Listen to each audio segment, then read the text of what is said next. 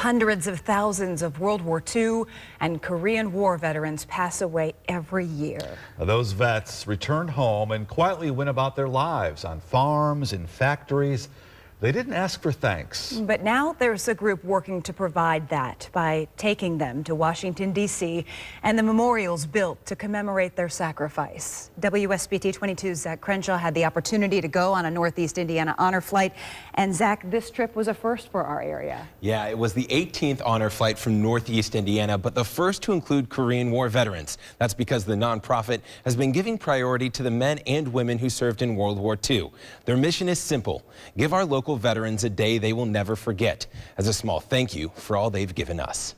I never expected anything like this when I left home this morning, so it's overwhelming here tonight. To understand the emotion of that night, you have to start that morning, well before sunrise, when veterans were welcomed to the Fort Wayne Air National Guard Base. Inside, veterans and their guardians were anxiously eating breakfast and swapping stories. Board member Dennis Covert accompanies the veterans with a clear purpose. We want to make it a day that they are never going to forget. The unsuspecting veterans were taken to the tarmac.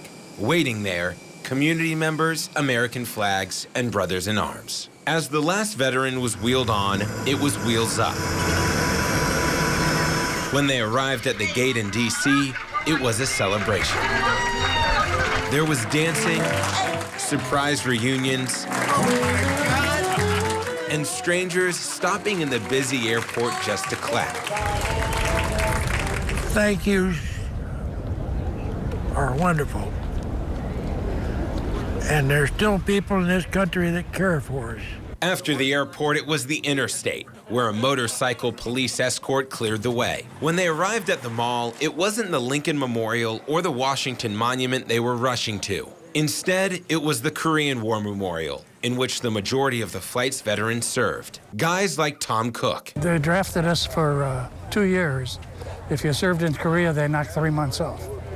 So I served a total of 21 months. I was in Korea 11 months. It's called the Forgotten War, but on this day, the veterans were anything but. And neither were the 54,246 Americans who didn't survive, remembered by the ones who did. Did you lose some friends there? Yeah. Let me find out, Bob. Every veteran has a different story. Some fought in the jungles daily. Others worked support jobs. Sent to Korea to work on locomotives. Joe Mitchell remembers the time fixing South Korean railroads almost turned deadly. 2 or 3 of them opened up with automatic rifles. And I told the one kid, I said, get down. And you're going to get killed, son, standing up there like that. Much of the flight, like Joe, was from the Fort Wayne area. But the organization is hoping to reach more men and women in the South Bend region, like Ursula Sherifinski. I worked in the personnel office at U.S. Naval Air Station in Coronado, California. At the Women's Memorial, Ursula was honored with a certificate highlighting her service because, like many women during World War II, she stepped up to fill a need. I even met some of the boys that I knew in high school over there. And what are you doing here? Same thing you are, minding my own business and doing my job. At the World War II Memorial, there was a group picture. And we had a commitment to each other, and that commitment carried us through to victory over Germany and Japan. And I just feel honored and proud to be part of that. On a day full of smiles, there was also heartache. I see all those tombstones. I don't know if they had to die or not. They did.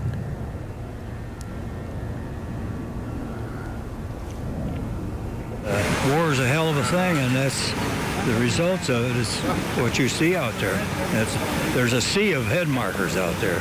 Not only were the veterans able to walk around Arlington National Cemetery, they had the privilege to witness a changing of the guard at the Tomb of the Unknown Soldier. Forward!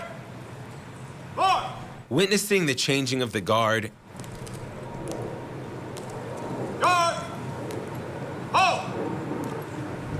and the seemingly endless headstones reminded the veterans of how fortunate they were to be there. I don't have enough words for how grateful I am. because I would have never made it out here. Old age and the price of flying kept most from ever considering the trip. But the cost and every detail was taken care of, and the experience made greater by the company on board. You know, it really feels good to see them all here. It's like we're all brothers. You can talk to them, and they know what you're talking about. You know, they understand because they've been there. It's like a big family reunion to me. Tonight at 11, I'll show you the final reunion as the veterans returned home. It's an emotional homecoming you definitely won't want to miss. Certainly a band of brothers, and what an experience they had there.